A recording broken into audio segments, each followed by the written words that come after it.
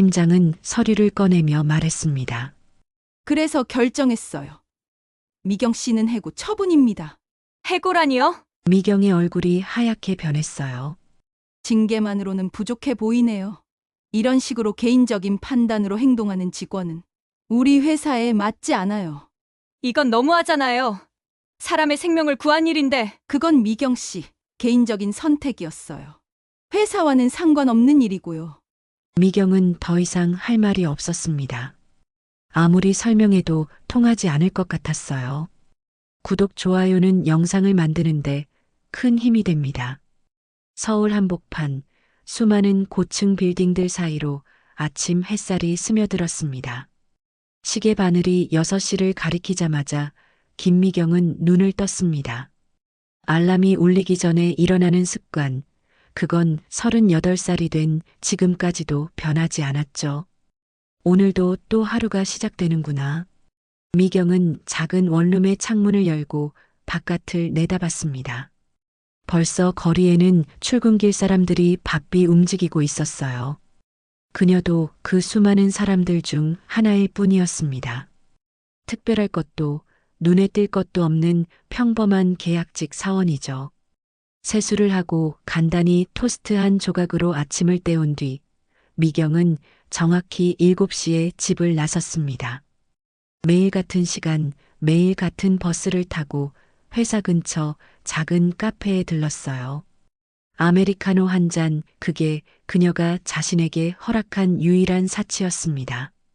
아메리카노 하나 주세요. 카페 사장님은 이미 미경을 알아보고 친근하게 인사했습니다. 오늘도 일찍 오셨네요. 언제나 부지런하시긴. 미경은 작게 미소 지으며 커피를 받았어요. 따뜻한 커피 한 모금이 목을 타고 내려가면서 하루를 시작할 용기를 주는 것 같았습니다. 하지만 그 용기도 회사 문 앞에 서면 금세 사라져버리곤 했죠. 한국무역상사. 중견 규모의 이 회사에서 미경은 벌써 3년째 계약직으로 일하고 있었습니다. 정직원이 되고 싶었지만 그건 언제나 내년에는, 다음 기회에는이라는 말로만 끝났어요. 사무실에 들어서자마자 미경은 조용히 자리에 앉았습니다. 다른 동료들과 별다른 인사를 나누지도 않았어요. 아니, 정확히 말하면 나눌 수 없었습니다.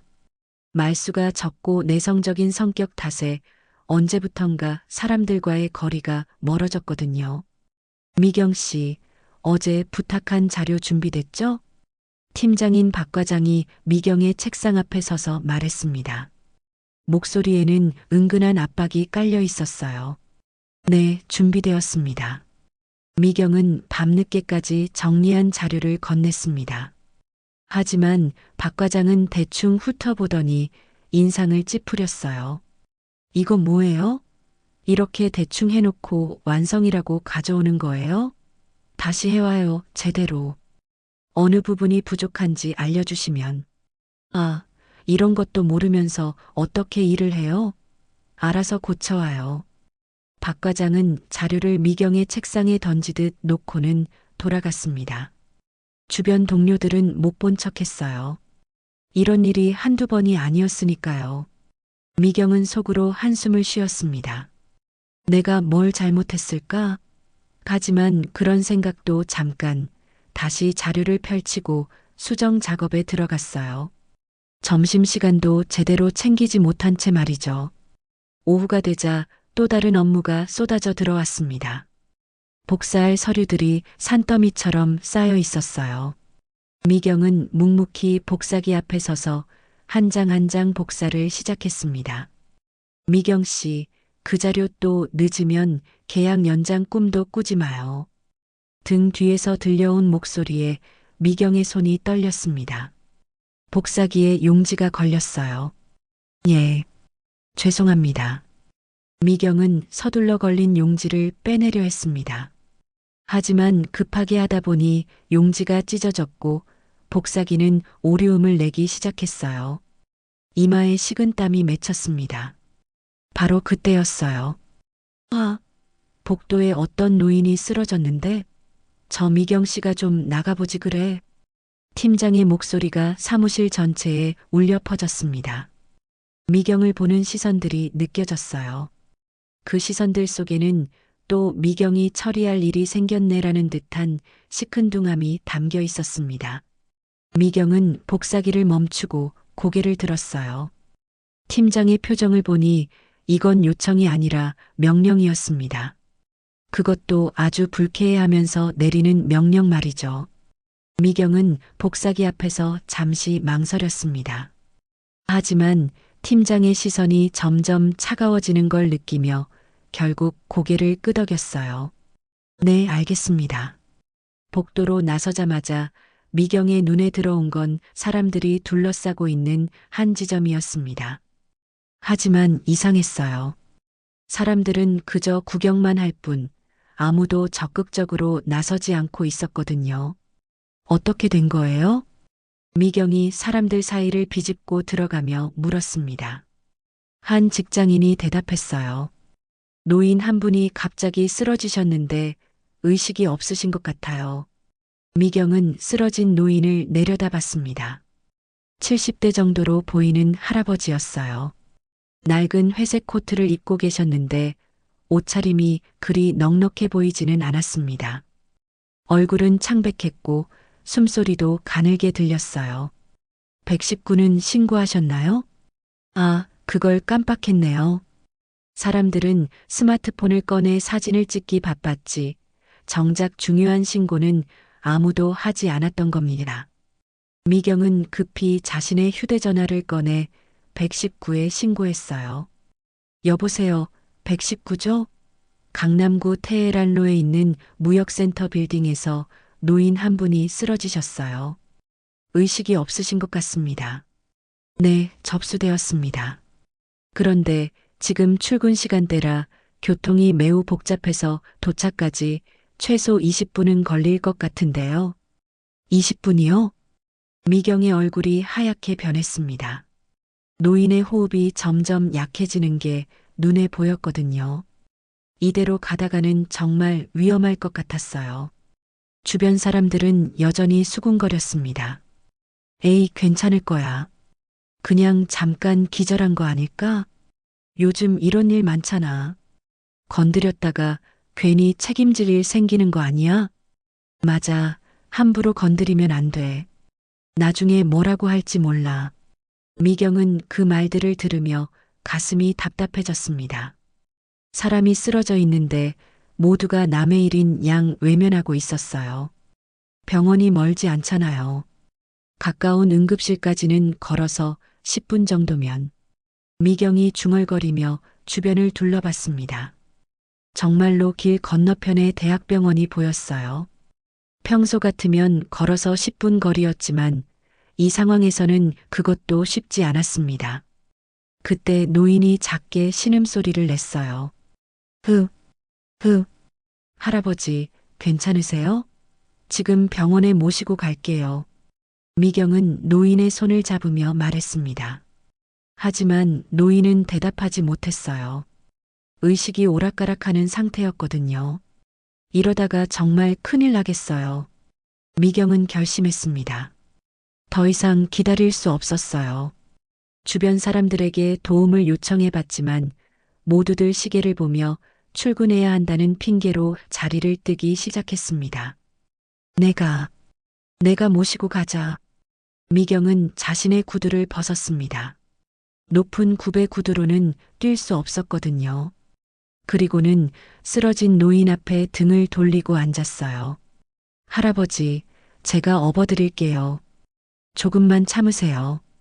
주변 사람들이 수군거렸습니다. 저 여자 미쳤나? 저러다가 자기가 다치면 어쩌려고. 벼로지랖이네. 요즘 세상에 그러다 큰일 나. 괜히 나서지 말라고 했잖아. 하지만 미경은 그런 말들을 무시했습니다. 온 힘을 다해 노인을 등에 업었어요. 생각보다 무거웠지만 사람의 목숨이 달린 일이었습니다. 할아버지, 금방 도착할 거예요. 조금만 힘내세요. 미경은 맨발로 복도를 뛰기 시작했습니다. 엘리베이터를 기다릴 시간도 아까워서 계단으로 내려갔어요. 12층에서 1층까지 노인을 업고 뛰어내려가는 건 쉽지 않았습니다. 헉! 헉! 숨이 차올랐지만 멈출 수 없었어요. 빌딩을 나와 길을 건너는 동안에도 미경은 계속 뛰었습니다. 발바닥이 아스팔트에 닿아 아팠지만 참았어요.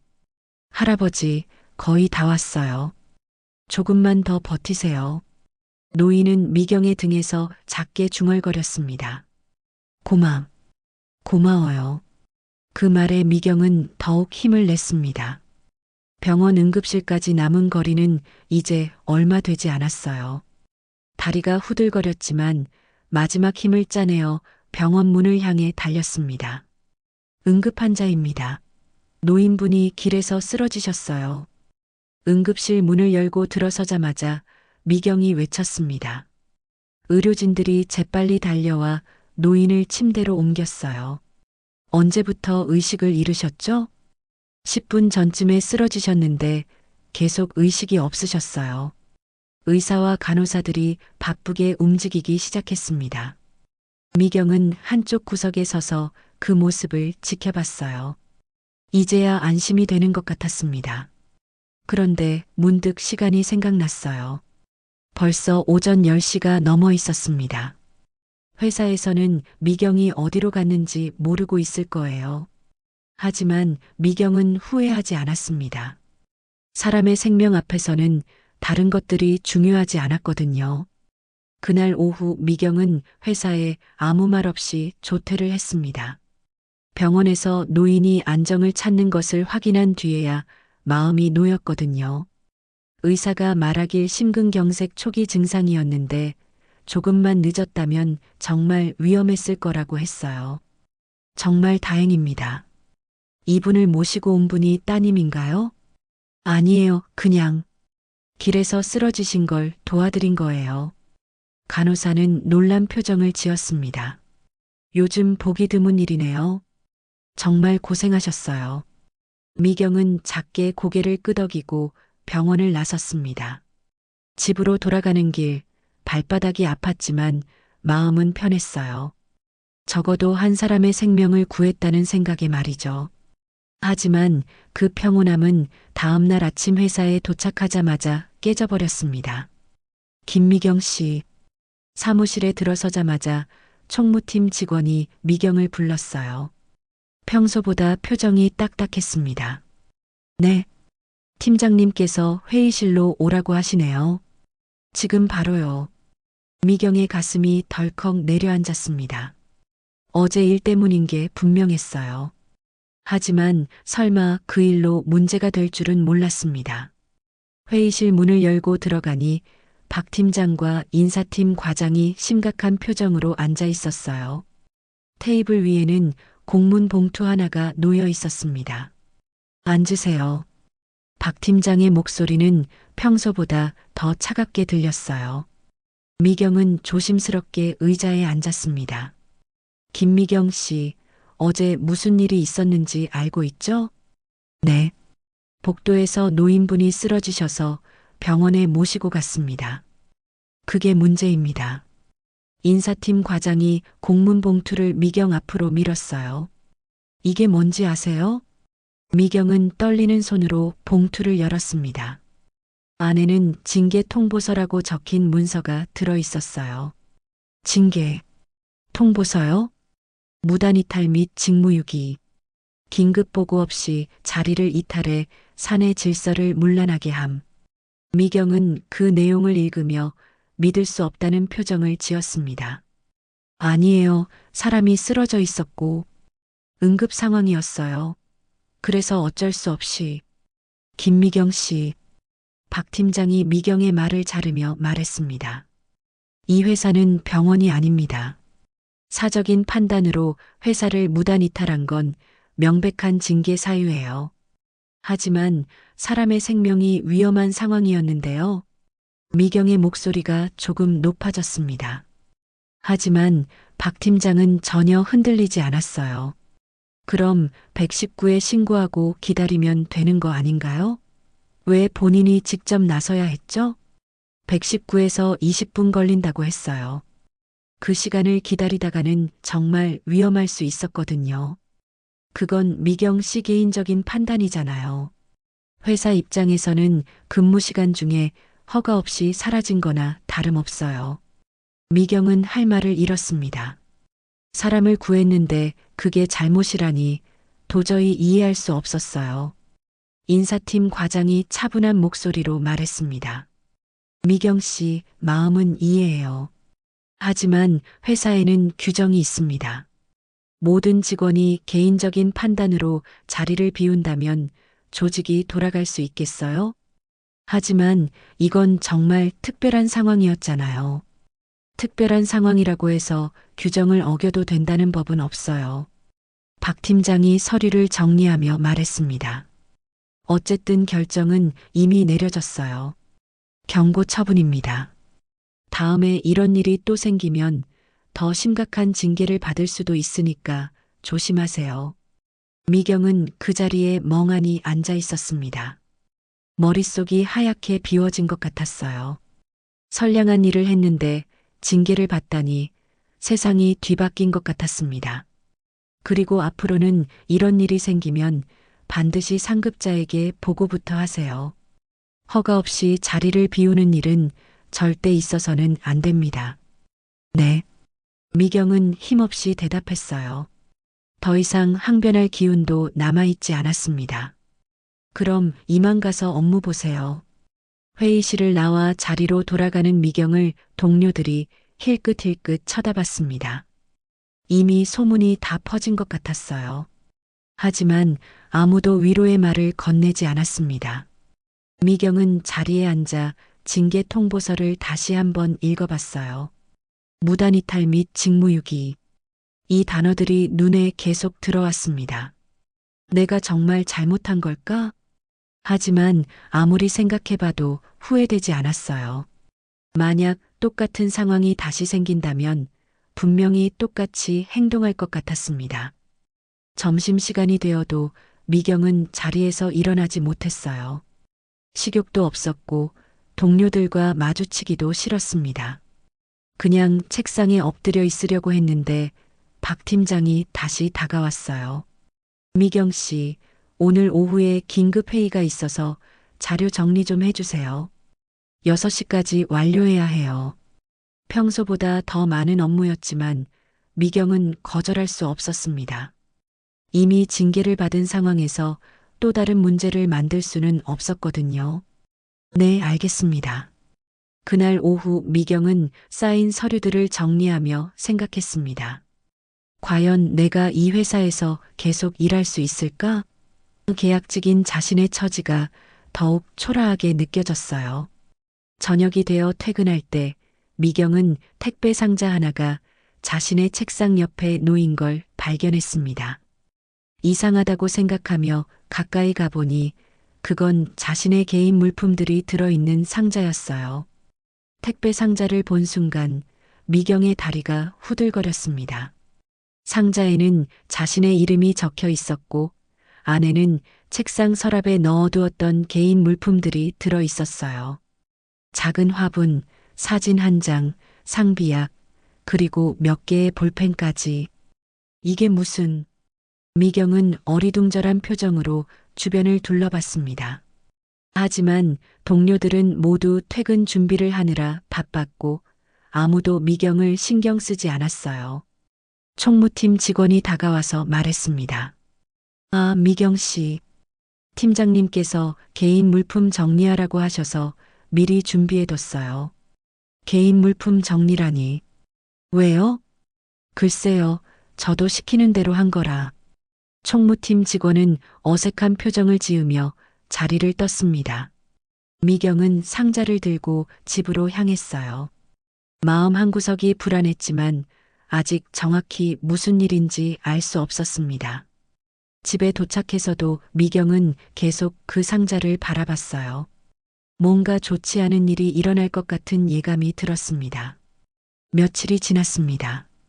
미경은 평소와 다름없이 출근했지만 회사 분위기가 예전 같지 않았어요. 동료들이 자신을 보는 시선이 어딘지 어색했고 업무도 예전처럼 주어지지 않았습니다. 그러던 어느 날 아침 집 근처 슈퍼에 들렀을 때였어요. 어머, 미경 씨. 슈퍼 사장 아주머니가 반가워하며 미경을 불렀습니다. 안녕하세요, 아주머니. 미경 씨, 뉴스 봤어요? 어머나, 정말 깜짝 놀랐어요. 뉴스요? 무슨 뉴스 말씀이세요? 사장 아주머니는 급히 카운터 뒤에서 태블릿을 꺼냈어요. 이거 보세요. 인터넷에 엄청 화제가 되고 있어요. 그날 업고 갔던 할아버지 말이에요. 미경은 고개를 갸우뚱했습니다. 그날 병원에 모셔다 드린 노인분을 말하는 건가요? 어떤 뉴스인데요? 아이고, 이것 좀 보세요. 사장 아주머니가 태블릿 화면을 미경에게 보여주었어요. 화면에는 한 온라인 뉴스 기사가 떠 있었습니다. 등에 노인을 업고 전속력으로 뛰는 여성, 묵묵한 영웅. 미경은 눈을 크게 떴습니다. 기사 맨 위에는 흐릿하지만 자신을 알아볼 수 있는 사진이 있었어요. 병원 앞 보안 카메라에 찍힌 모습이었습니다. 이게 저예요? 맞잖아요. 아, 정말 대단해요. 요즘 같은 세상에 이런 일을 하다니. 미경은 급히 기사를 읽기 시작했습니다. 지난 월요일 오전 강남구 한 빌딩 복도에서 70대 노인이 갑자기 쓰러졌다. 주변 사람들이 구경만 할 뿐 선뜻 나서지 않는 상황에서 한 여성이 노인을 등에 업고 10분 거리의 병원까지 맨발로 뛰어갔다. 병원 관계자에 따르면 이 노인은 심근경색 초기 증상으로 위험한 상태였으며 조금만 늦었다면 생명이 위험할 수 있었다고 한다. 미경의 심장이 빨리 뛰기 시작했어요. 자신이 한 일이 이렇게 큰 화제가 될 줄은 꿈에도 몰랐습니다. 그런데 미경 씨, 더 놀라운 건 말이에요. 사장 아주머니가 다른 기사를 클릭했어요. 긴급 수술 성공. 노인은 대한민국 근대문학의 거목 이한수옹. 이한수옹이요? 미경은 그 이름을 어디선가 들어본 것 같았어요. 하지만 정확히 기억나지 않았습니다. 아이고, 미경 씨도 모르세요? 이한수 할아버지는 정말 유명한 문학가세요. 시인이자 소설가이시고 문화훈장도 받으신 분이에요. 사장 아주머니의 설명을 들으며 미경은 점점 놀라워했습니다. 자신이 구한 분이 그런 유명한 분이었다니요. 기사에는 이한수옹의 인터뷰도 실려 있었어요. 병원에서 회복 중인 이한수옹은 내가 쓰러진 순간 아무도 다가오지 않았다. 모두들 스마트폰만 꺼내어 사진을 찍을 뿐이었다. 단 한 사람, 그 여직원만 빼고라고 말했다. 이어 그분이 아니었다면 나는 그 자리에서 세상을 떠났을 것이다. 진정한 영웅은 따로 있다고 감사의 마음을 전했다.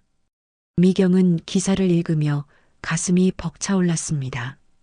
그때는 그냥 당연한 일을 했다고 생각했는데 이렇게 큰 의미가 있었던 거였어요. 와, 정말 대단해요. 우리 동네에 이런 영웅이 살고 있었다니. 사장 아주머니는 신이 나서 말했지만 미경의 머릿속에는 다른 생각이 스쳐 지나갔습니다. 회사에서 받은 징계 통보서 말이에요. 아주머니, 이 기사가 언제 나온 건가요? 어제 저녁부터 인터넷에 돌기 시작했는데 오늘 아침에 포털 사이트 메인에까지 올라왔어요. 댓글도 엄청 많이 달렸더라고요. 미경은 댓글 창을 내려봤습니다. 정말 감동적이다. 요즘 보기 드문 일이네. 저런 분이 진짜 영웅이지. 박수를 보낸다. 나라면 할 수 있었을까? 반성하게 된다. 저 여성분을 꼭 찾아서 감사 인사를 드리고 싶다. 수백 개의 댓글이 달려 있었고 대부분 미경을 칭찬하는 내용이었어요. 하지만 미경의 마음은 복잡했습니다. 세상 사람들은 자신을 영웅이라고 부르는데 정작 회사에서는 징계를 받았거든요. 근데 미경 씨 회사에서는 뭐라고 하던가요? 분명히 좋아하시겠네요. 사장 아주머니의 질문에 미경은 씁쓸한 미소를 지었어요. 네, 그럴까요? 사실 회사에 이 소식이 알려지면 어떤 반응을 보일지 벌써부터 걱정됐습니다. 과연 회사에서도 세상 사람들처럼 자신을 인정해 줄까요? 미경은 집으로 돌아가며 생각했어요. 이 일이 회사에 알려지면 징계가 취소될 수도 있을 것 같았습니다. 아니면 오히려 더 큰 문제가 될 수도 있고요. 다음 날 아침 미경은 평소보다 일찍 회사에 도착했습니다. 혹시나 해서 인터넷 기사를 출력해 가져왔어요. 회사에서 이 소식을 알게 되면 징계가 취소될 수도 있을 거라는 희망을 품고 있었거든요. 하지만 사무실 분위기는 여전히 차가웠습니다. 동료들은 미경을 보면서도 별다른 반응을 보이지 않았어요. 아직 소식을 모르는 것 같았습니다. 미경 씨, 팀장님이 부르세요. 총무팀 직원이 와서 말했어요. 미경은 가슴이 두근거렸습니다. 혹시 기사를 보고 부른 건 아닐까요? 회의실에 들어가니 박 팀장이 심각한 표로 앉아 있었습니다. 책상 위에는 미경이 가져온 것과 똑같은 기사가 출력되어 있었어요. 앉으세요. 박 팀장의 목소리는 여전히 차갑게 들렸습니다. 팀장님, 혹시 기사를 보셨나요? 그날 제가 도와드린 분이 이한수 선생님이셨더라고요. 정말 다행히. 김미경 씨. 박 팀장이 미경의 말을 끊었어요. 이 기사 때문에 더 큰 문제가 생겼어요. 네. 무슨 말씀이세요? 미경은 이해할 수 없다는 표정을 지었습니다. 우리 회사 이름이 기사에 나왔잖아요.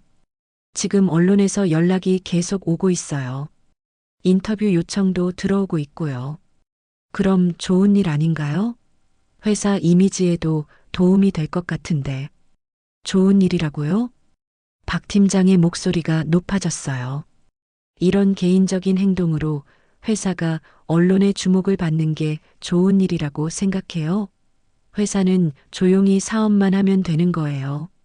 괜한 관심 받는 거 원하지 않아요. 미경은 할 말을 잃었습니다. 사람을 구한 일이 오히려 회사에 피해가 된다는 논리를 이해할 수 없었어요. 그리고 더 중요한 건 미경 씨가 무단 이탈한 사실은 변하지 않는다는 거예요. 하지만 결과적으로는 좋은 일을 한 거잖아요. 결과가 좋다고 해서 과정의 잘못이 없어지는 건 아니에요. 규칙은 규칙이에요. 미경은 가슴이 답답했습니다. 도대체 어떻게 해야 이 사람들을 이해시킬 수 있을까요? 언론이 뭐라 하든 우리 회사 내부 규칙은 바뀌지 않습니다. 오히려 이런 일로 회사에 불필요한 관심이 쏠리는 게 더 문제예요. 박 팀장은 서류를 꺼내며 말했습니다. 그래서 결정했어요.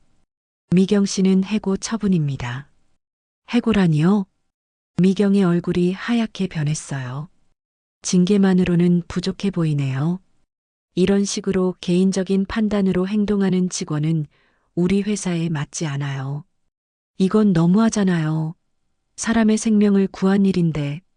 그건 미경 씨 개인적인 선택이었어요. 회사와는 상관없는 일이고요. 미경은 더 이상 할 말이 없었습니다. 아무리 설명해도 통하지 않을 것 같았어요.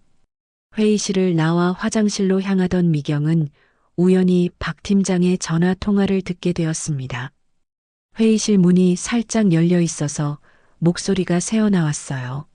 아니, 걔 원래 잘릴 예정이었어.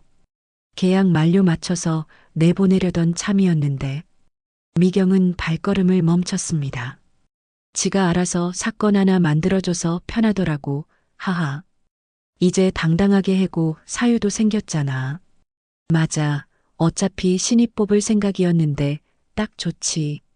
신입이 연봉도 더 싸고 계약직 주제에 오지랖 부리더니 이런 꼴 났네. 뭐 언론에서 영웅이라고 떠들든 말든 회사에서는 그냥 문제 직원이야. 미경은 충격에 빠졌습니다.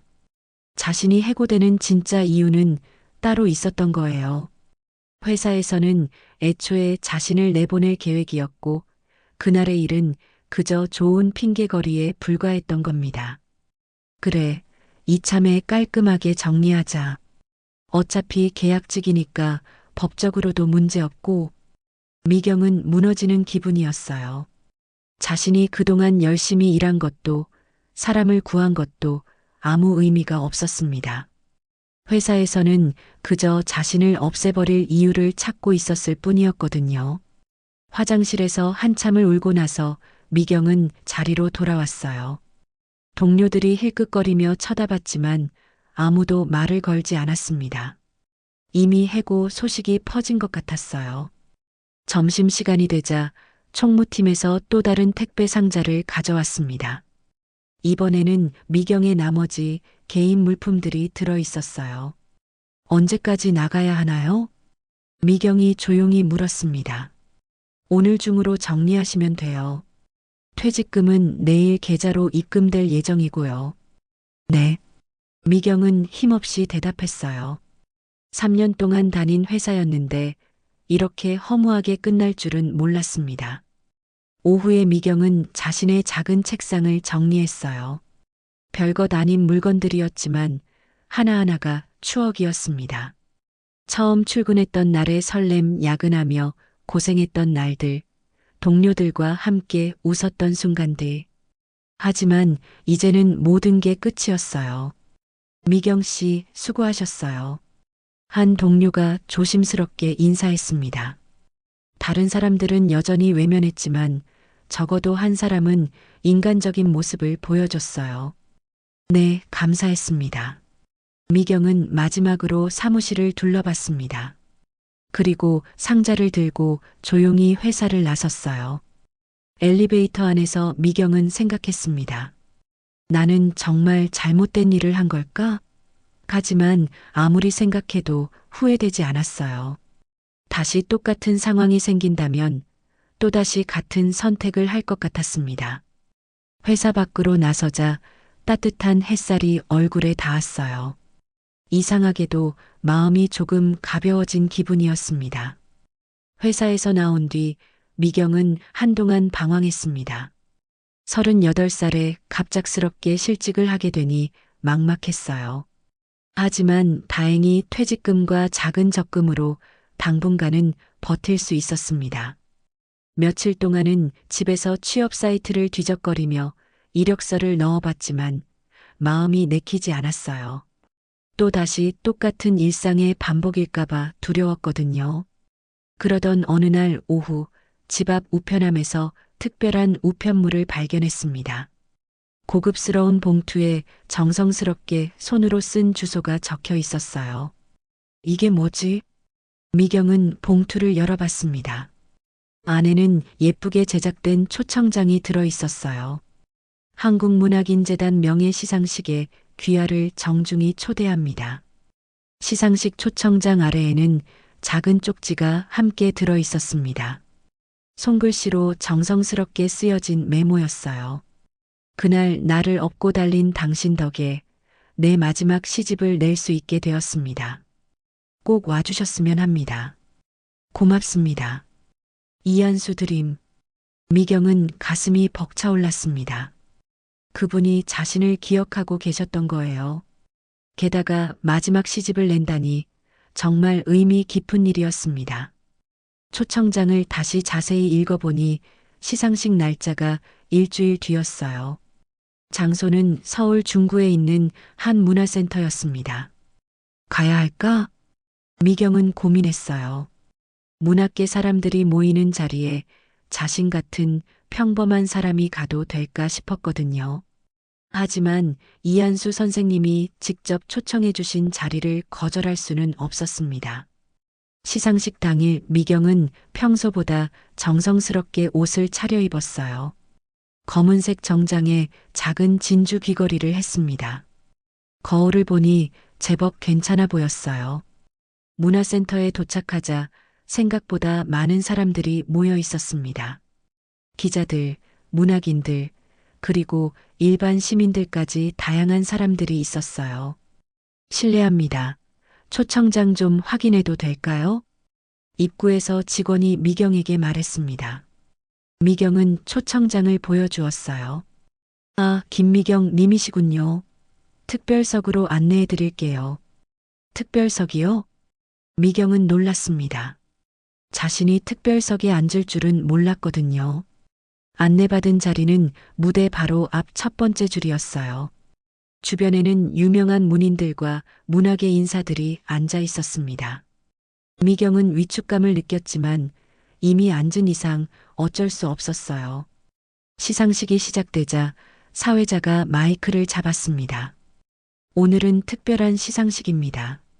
한국 근대문학의 거목이신 이한수 선생님이 새로운 시집을 출간하시면서 동시에 특별한 분을 우리에게 소개해주고 싶다고 하셨습니다. 미경은 가슴이 두근거렸어요. 설마 자신 이야기는 아니겠죠? 먼저 이한수 선생님께서 직접 말씀해 주시겠습니다. 휠체어에 앉은 이한수 선생님이 무대로 올라오셨어요. 병원에서 봤을 때보다는 건강해 보이셨지만 여전히 몸이 불편해 보였습니다. 안녕하십니까? 이한수입니다. 선생님의 목소리는 나이에 비해 힘이 있었어요. 몇 주 전 저는 죽을 뻔했습니다. 심장마비로 길 한복판에 쓰러졌거든요. 회장이 조용해졌습니다. 그때 많은 사람들이 지나갔습니다. 하지만 아무도 저에게 다가오지 않았어요. 모두들 스마트폰만 꺼내어 사진을 찍을 뿐이었습니다. 미경은 그날이 생생히 떠올랐어요. 단 한 사람을 빼고 말입니다. 이한수 선생님이 미경을 바라봤어요. 김미경 씨, 일어나 주시겠어요? 갑자기 자신의 이름이 호명되자 미경은 당황했습니다. 하지만 어쩔 수 없이 자리에서 일어났어요. 바로 이분입니다. 저를 등에 업고 맨발로 뛰어가신 분이에요. 박수 소리가 회장을 가득 메웠습니다. 미경은 얼굴이 빨개져서 어쩔 줄 몰라 했어요. 이분이 아니었다면 제가 여기 서 있을 수 없었을 겁니다. 그리고 제 마지막 시집 따뜻한 등도 세상에 나올 수 없었겠죠. 선생님은 잠시 말을 멈추고 물을 한 모금 마셨어요. 오늘 저는 이분에게 특별한 상을 드리려고 합니다. 2025년 한국문학회 특별공로상입니다. 특별공로상이요? 미경은 깜짝 놀랐어요.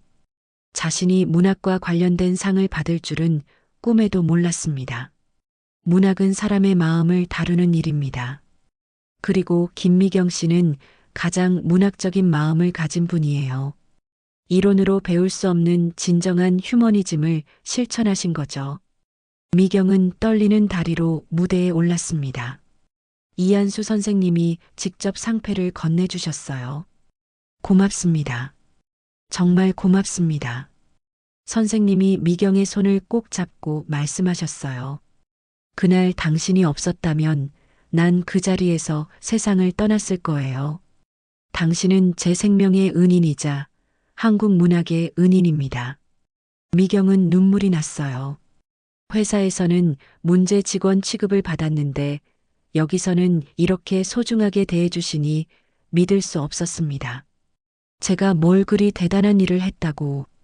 그냥 당연한 일을 했을 뿐인데요. 바로 그겁니다. 당연한 일을 당연하게 하는 것, 그게 가장 어려운 일이에요. 시상식이 끝난 뒤 많은 사람들이 미경에게 인사를 건넸어요. 기자들도 인터뷰를 요청했지만 미경은 정중히 거절했습니다. 아직 이 모든 상황이 현실 같지 않았거든요. 이한수 선생님이 미경을 따로 불러주셨어요. 미경 씨, 혹시 시간 있으시면 차 한잔 하면서 이야기할까요? 드리고 싶은 말씀이 있어서요. 시상식장 근처 조용한 찻집에서 미경과 이한수 선생님은 마주 앉았습니다. 선생님은 따뜻한 차를 한 모금 마시고 나서 천천히 말문을 열었어요. 미경 씨, 제가 고백할 게 있어요. 고백이요? 미경은 고개를 갸우뚱했습니다. 사실 그날 제가 쓰러진 건 완전한 우연은 아니었어요.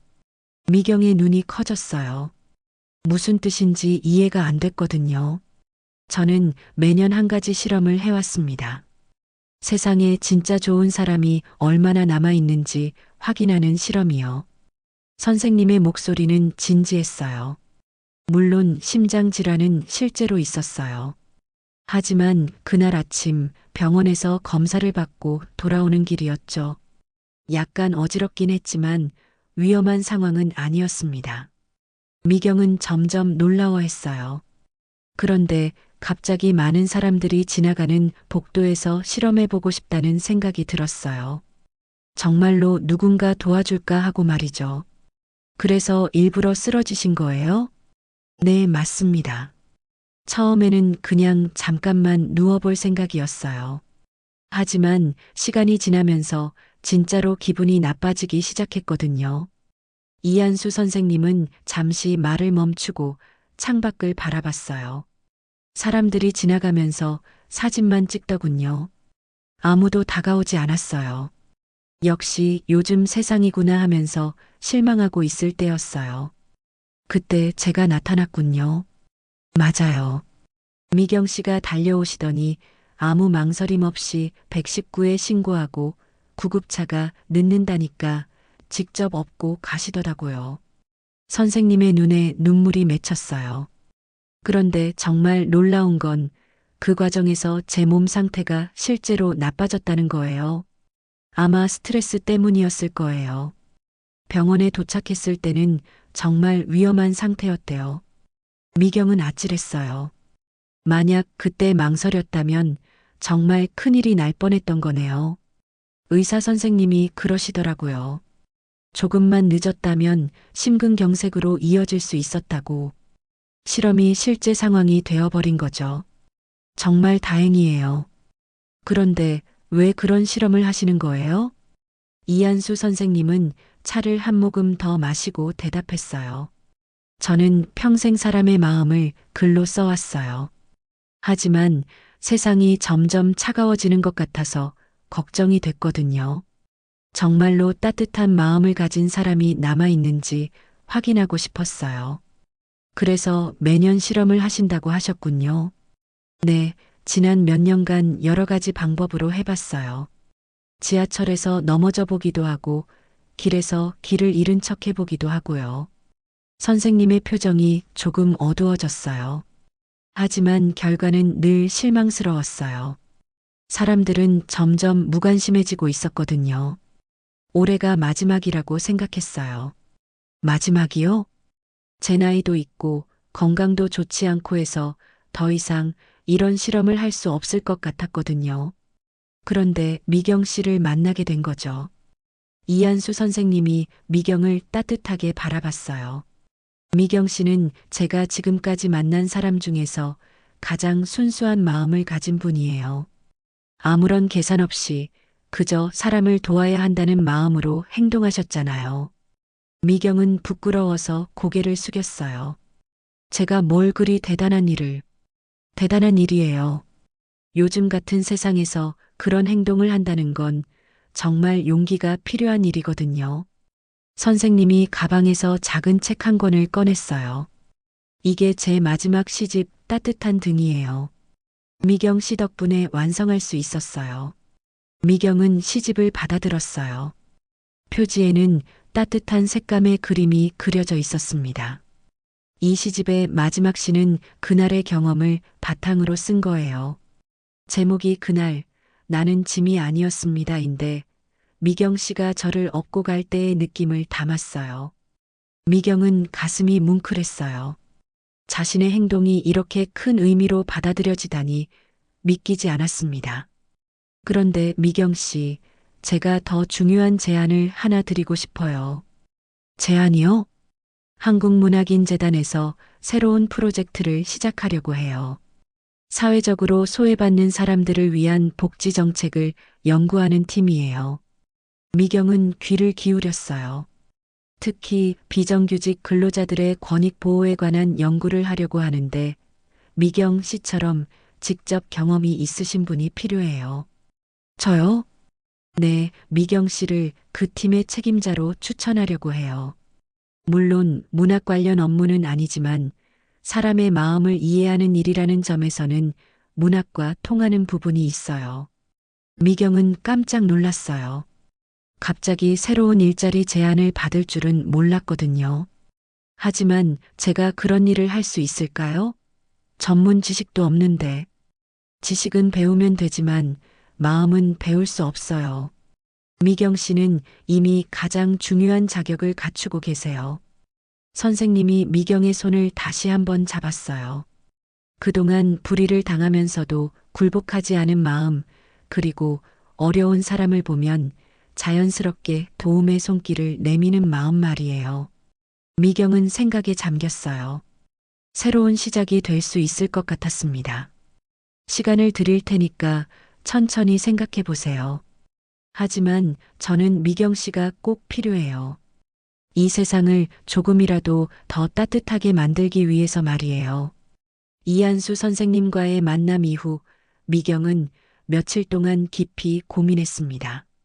새로운 일을 시작한다는 건 용기가 필요한 일이었거든요. 하지만 결국 도전해보기로 마음먹었어요. 좋은 선택이에요. 선생님은 미경의 결정을 들으며 기뻐했습니다. 한국문학인재단에서 비정규직을 위한 복지정책 연구팀을 만든다는 소식이 알려지자 많은 관심을 받고 있어요. 미경 씨가 팀장을 맡는다는 것도 화제가 되고 있고요. 몇 주 뒤 미경은 새로운 사무실에 첫 출근을 했습니다. 한국문학인재단 건물은 예전 회사와는 완전히 다른 분위기였어요. 따뜻하고 인간적인 느낌이 들었습니다. 안녕하세요, 김미경 팀장님. 연구팀 직원들이 반갑게 인사했어요. 미경을 존경하는 마음이 담긴 진심 어린 인사였습니다. 저도 반갑습니다. 잘 부탁드려요. 미경의 첫 번째 업무는 비정규직 근로자들의 실태 조사였어요. 직접 현장을 방문해서 이야기를 듣고 어떤 어려움을 겪고 있는지 파악하는 일이었습니다. 팀장님, 이 분야에 대해 잘 아시는 것 같아요. 연구원 한 명이 감탄하며 말했어요. 제가 직접 경험했던 일들이거든요. 미경은 솔직하게 대답했습니다. 자신이 겪었던 부당한 대우들, 불안정한 고용 상태, 그리고 차별받는 느낌들을 생생하게 기억하고 있었거든요. 연구팀은 전국 각지의 비정규직 근로자들을 만나 인터뷰를 진행했어요. 미경은 그들의 이야기를 들으며 마음이 아팠습니다. 자신과 비슷한 경험을 한 사람들이 이렇게 많다는 걸 알게 됐거든요. 저희 같은 사람들의 목소리를 들어주셔서 고마워요. 한 청소 노동자 아주머니가 미경에게 말했어요. 아니에요. 저야말로 많이 배우고 있어요. 미경은 진심으로 답했습니다. 이 일을 통해 자신이 혼자가 아니라는 걸 깨달았거든요. 몇 달이 지나자 연구팀의 첫 번째 보고서가 완성됐어요. 비정규직 근로자들의 처우 개선을 위한 구체적인 정책 제안들이 담긴 보고서였습니다. 정말 훌륭한 보고서네요. 이한수 선생님이 보고서를 읽고 나서 칭찬했어요. 미경 씨의 경험이 큰 도움이 됐을 거예요. 이론만으로는 나올 수 없는 생생한 내용들이 들어 있어요. 보고서는 국회와 정부 기관에 전달됐고 실제로 정책에 반영되기 시작했어요. 미경은 자신의 작은 경험이 이렇게 큰 변화를 만들어낼 수 있다는 걸 알고 놀랐습니다. 팀장님, 오늘 저녁에 축하 회식 어떠세요? 팀원들이 제안했어요. 보고서가 정부에서 높이 평가받았다는 소식을 들었거든요. 좋은 생각이에요. 모두들 정말 고생 많았어요. 회식 자리에서 미경은 팀원들과 진솔한 이야기를 나눴어요. 예전 회사에서는 느낄 수 없었던 따뜻한 동료애였습니다. 팀장님, 처음에는 문학재단에서 복지정책 연구를 한다고 해서 의아했는데 지금 보니 정말 의미 있는 일인 것 같아요. 맞아요. 문학도 결국 사람의 마음을 다루는 일이잖아요. 우리가 하는 일도 마찬가지고요. 미경은 이 일이 자신의 천직이라는 생각이 들었어요. 어느 날 아침 미경은 예전 회사 앞을 지나가게 됐습니다. 새로운 사무실로 가는 길이었거든요. 그런데 건물 앞에 작은 표지판이 하나 세워져 있는 걸 발견했어요. 작은 용기가 한 사람의 생명을 바꿉니다. 미경은 깜짝 놀랐어요. 누가 이런 표지판을 세웠을까요? 아, 미경 씨. 뒤에서 누군가 부르는 소리에 돌아보니 예전 회사 동료가 걸어오고 있었어요. 안녕하세요. 미경 씨, 그 후로 어떻게 지내세요?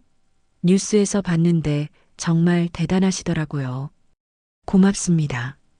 그런데 저 표지판은 누가 세운 거예요? 아, 그거요? 회사에서 세웠어요. 미경 씨 사건 이후로 사내 분위기가 많이 바뀌었거든요. 동료가 설명했어요. 직원들이 미경 씨를 해고한 걸 부당하다고 항의했어요. 그래서 회사에서도 반성하고 있는 것 같아요. 미경은 의외였어요. 그때는 아무도 자신을 지지해주지 않는 것 같았는데 사실은 그렇지 않았던 거네요. 그리고 요즘에는 직원들이 서로 더 배려하게 됐어요. 누군가 도움이 필요하면 주저하지 않고 나서고 있어요. 정말요? 네. 어제도 지하철역에서 한 할머니가 넘어지셨는데 우리 회사 직원이 바로 도와드렸대요. 예전 같으면 그냥 지나쳤을 텐데요. 미경은 뿌듯했어요. 자신의 작은 행동이 이렇게 많은 사람들에게 영향을 줄 줄은 몰랐거든요. 새로운 사무실에 도착한 미경은 창문으로 바깥을 내다봤어요. 많은 사람들이 바쁘게 거리를 지나다니고 있었습니다. 그 중에는 어려움에 처한 사람도 있을 테고 도움이 필요한 사람도 있을 거예요. 나 하나쯤이야 하는 생각이 세상을 병들게 한다. 미경은 중얼거렸어요.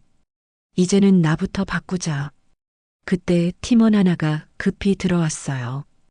팀장님, 큰일이에요. 지하철역에서 한 할아버지가 쓰러지셨는데 아무도 도와주지 않고 있대요. 미경은 주저하지 않고 일어났어요. 지금 가봅시다. 사무실을 나서면서 미경은 생각했어요. 세상은 조금씩 변하고 있었습니다. 한 사람의 작은 용기가 다른 사람들에게 전해지고 그것이 또 다른 용기를 만들어내고 있었거든요. 그날 오후 지하철역에서는 한 젊은 직장인이 쓰러진 노인을 등에 업고 뛰어가는 모습이 목격됐습니다. 그리고 그 모습을 본 다른 사람들도 하나둘씩 도움의 손길을 내밀기 시작했어요. 미경은 그 소식을 들으며 미소를 지었습니다. 세상이 조금씩 하지만 분명히 따뜻해지고 있었거든요.